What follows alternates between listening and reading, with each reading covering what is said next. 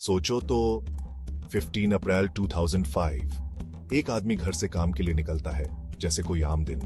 काम खत्म, गर्लफ्रेंड से फोन पर बातें और फिर फुर गायब हो जाता है। बस ऐसे ही, न कोई सुराग न कोई निशान। 15 साल बाद भी कुछ पता नहीं चला। अब इस कहानी में गहराई से गोता लगाते हैं। ये कोई कहानी नहीं, एक हकीकत है, एक ऐसा रहस्य जिसने सबको चक्कर में डाल दिया है। पुलिस, परिवार, दोस्त, यहां तक कि इंटरनेट के जासूस भी। कौन था वो? एक आम इंसान, आम सी नौकरी, आम सी जिंदगी। तो फिर क्या हुआ? गायब होने की घटनाओं में कुछ तो खौफ होता है। अनसुलझे सवाल, खुली संभावनाएं।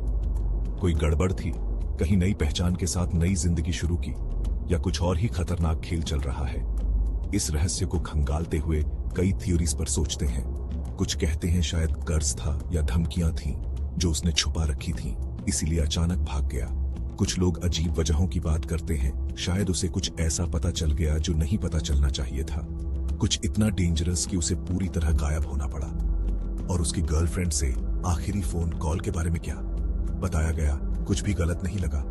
वो नॉर्मल लग रहा था, वीकेंड के प्लान बना रहा था। फिर अचानक सन्नाटा।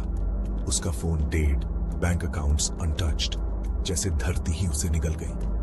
अब आज के जमाने में आते हैं। टेक्नोलॉजी और कम्युनिकेशन में तरक्की के बावजूद कोई डिजिटल फुटप्रिंट नहीं, कोई सुराग नहीं, उसके केस में कोई सफलता नहीं। ये इस बात की याद दिलाता है कि हम कितने भी कनेक्टेड क्यों ना हो, फिर भी पूरी तरह गायब हो सकते हैं। ये कहानी सिर्फ एक रहस्य नहीं है, ये अपने आसपास के बारे में अवेयर रहने का, अपनों को करीब रखने का और एक भी दिन को हल्के में न लेने का पैगाम है। क्योंकि कभी कभी कुछ सोचा भी नहीं जा सकता, वो हो जाता है और जिंदगियां पलक झपकते बदल जाती हैं। तो आपको क्या लगता है उसके साथ क्या हुआ? आपकी कोई थ्योरी है या शायद कोई मिलती जुलती कहानी जो बतानी चाहिए?